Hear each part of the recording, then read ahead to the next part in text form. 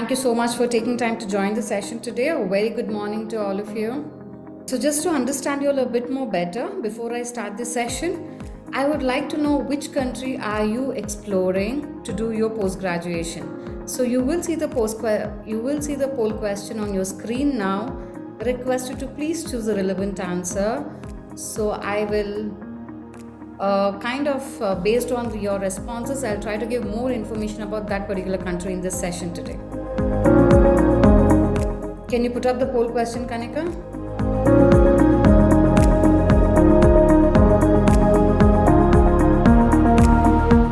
As you can see, which country are you exploring to do your post-graduation? Is it India, UK, USA, Australia? Today we're going to discuss about overview of pathways to become a doctor in India, UK, US and Australia. We're also going to talk about total time that it takes to complete these pathways for these particular countries. We will also speak on approximate costing or expenses that you may come across in your journey. We're also going to speak about level of difficulty of these entrance exams. We're also going to speak about salaries and lifestyle differences in these countries. And we may also shortly cover how Go Campus can help you. That I'll talk to you later about it. So we will try to keep the contents of today's webinar very brief because in 1 hour we have to cover all the 4 countries. So if you have doubts, if you have questions, you can certainly leave it in the Q&A. I will take it up during the end of the session. So the major comparison parameters that we've used for this particular session is on the entrance exams, the number of attempts, the examination fees, the tuition fees, approximate timelines, the level of difficulty of the exams, approximate costing, starting salaries. We are not talking about salaries after you become a consultant, as you all are looking at the entry position. So we're going to talk about junior doctor salaries, that is when you start your first job. We're also going to speak about the lifestyle of doctors in these countries. So entrance exams, when it comes to India, I think all of you know it is NEET PG for your MD/MS, and for super specialty it is NEET SS. When it comes to USA, you'll have to give your USMLE Step 1, Step 2 and Step 3. Step 2 has got 2 components, that is your CK and OET. Now CS is no more there since COVID. CS has been removed. It has been replaced by OET exam. For UK, one of the most popular exam is PLAB. But PLAB is not a postgraduate level exam. It is just a licensing exam to work in the UK. There are multiple routes to get into the UK healthcare system. So it is not just PLAB. Many doctors do give their membership exams, that is if you're aiming at medicine. They give their MRCP Part 1, Part 2, Part 3 and then apply for GMC registration and then start their career in the UK. If it is surgery, they'll pass MRCS Part 1, Part 2 and then apply for GMC registration and then start their career. So UK has got multiple routes, but yes, in this session we're going to speak more about PLAB exam. For Australia, it is AMC exam. So in this session, we're only going to talk about standard pathway. I believe all the doctors attending session today are mostly from India. So we're not going to talk about competent pathway. Competent pathway is for doctors who are applying to Australia from UK, US, Canada and other countries. Of course, we're not going to talk about specialist pathway because I don't have any PG doctors attending the session today. So we're going to speak about standard pathway which is relevant to you in this session. So I'm sure you're clear on the entrance exams.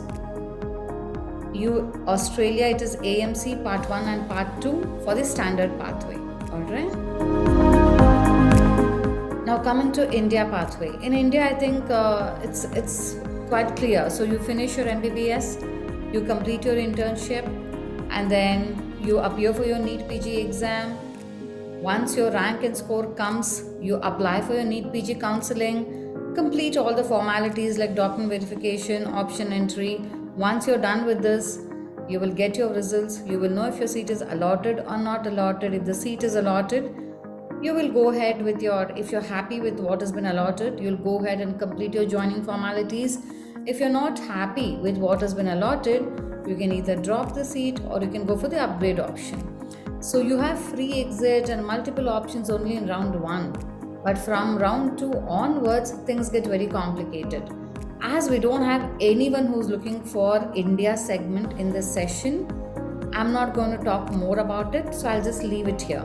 In India, once your rank comes, you participate in the counseling, do your choice entries. If the seat gets allotted, pick it up, or you can drop it. If in case you're happy, you complete your joining formalities. If you're not happy, you can always go for upgrade option. So again, counseling differs. Your national level counseling, that is 100% seats in deemed, your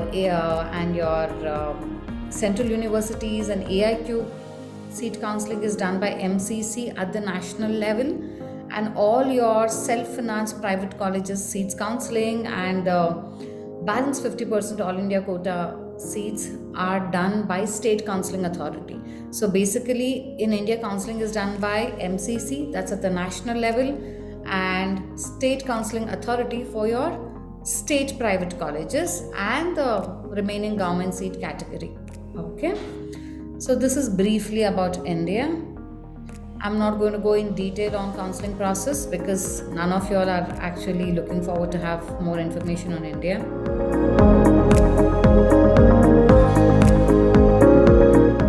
Okay. Doctor says I'm from Pakistan, so do we have to follow the standard pathway for AMC? Yes, doctor. From Asian countries, you'll have to do your AMC exam.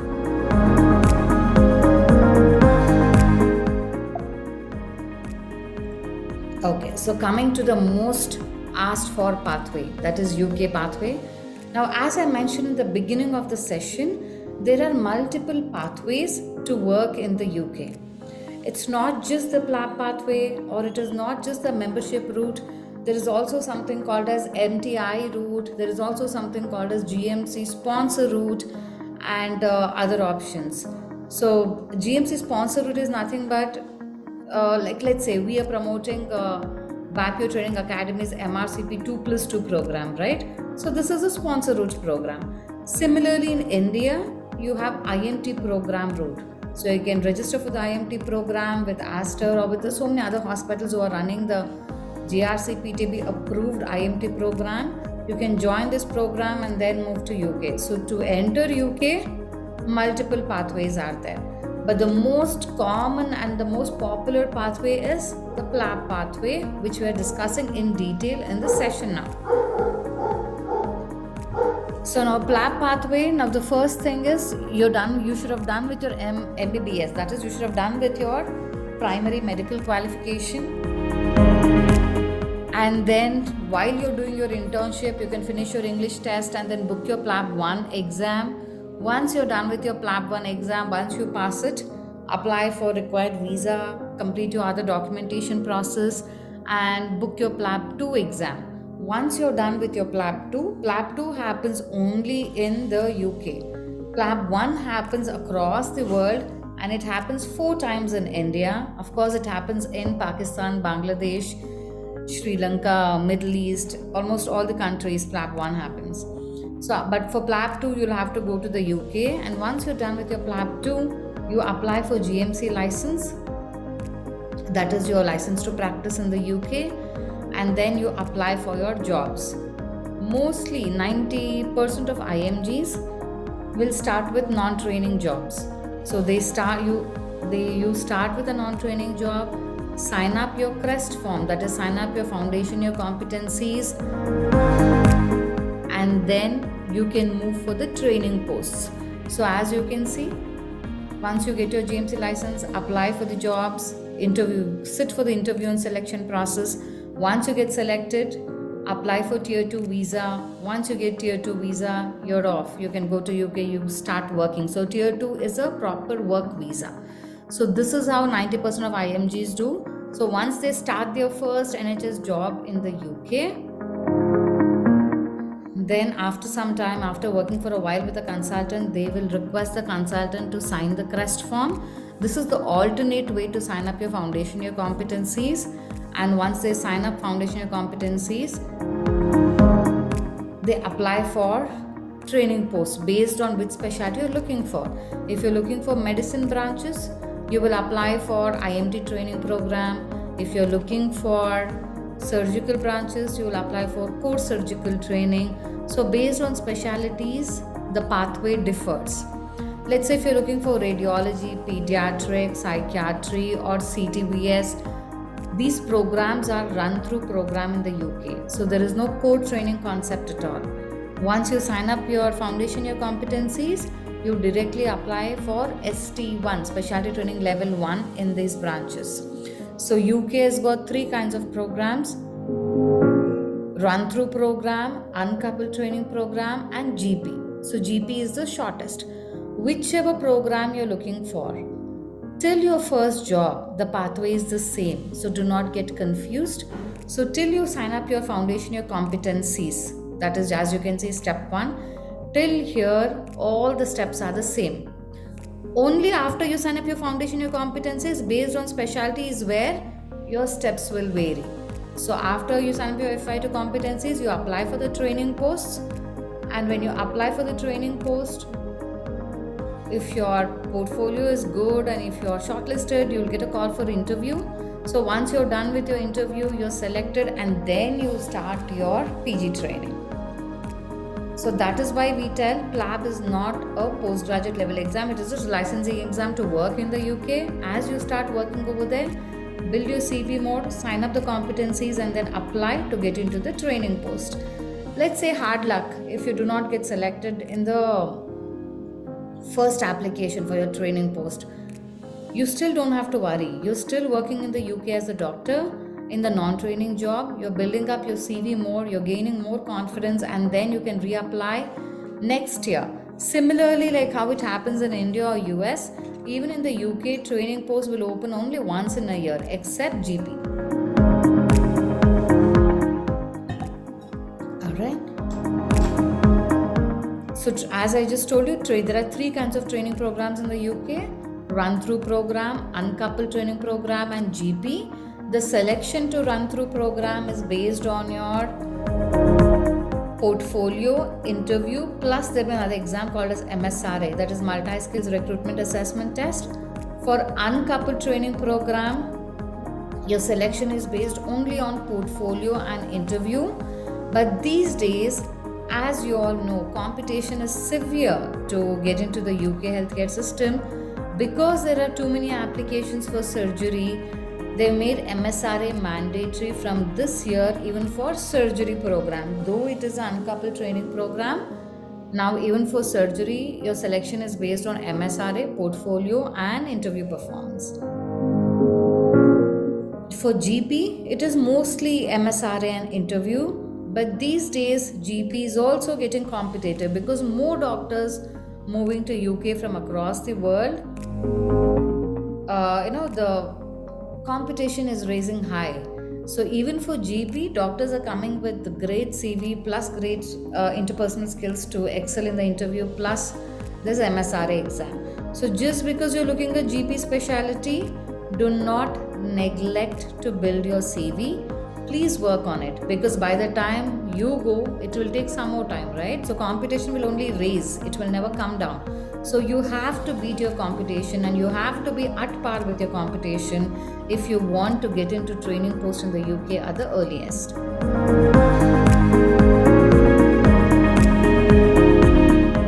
Okay, so this was briefly about UK pathway.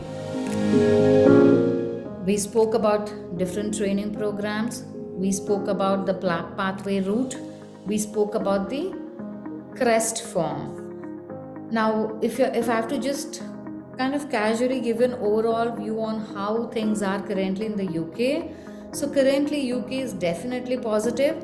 We recently had many of our doctors matching to IMT program in the first attempt itself. So shortly we will be announcing their session on Inspire IMG platform as well. So keep following us on Instagram. Be a member of Inspire IMG, register on Inspire IMG to keep yourself updated on these sessions. We will be bringing our doctors who matched this time for IMT to come and share their experience. It is not like how others tell, okay, in the UK, it's all saturated, or many people say a lot of things on online, but you don't have to believe everything. The best person that you can speak to is somebody who's over there. So that is what we try for. We try to connect you with as many people as possible out there, the successful IMGs, so you know the reality, you know the current situation over there, and then you make your final decision. So maybe in next 3 or 4 weeks we will be bringing in I think two doctors who recently matched to IMT, that is they just matched this month. So you can have a great interaction with them if you're looking for to do your PG in the UK.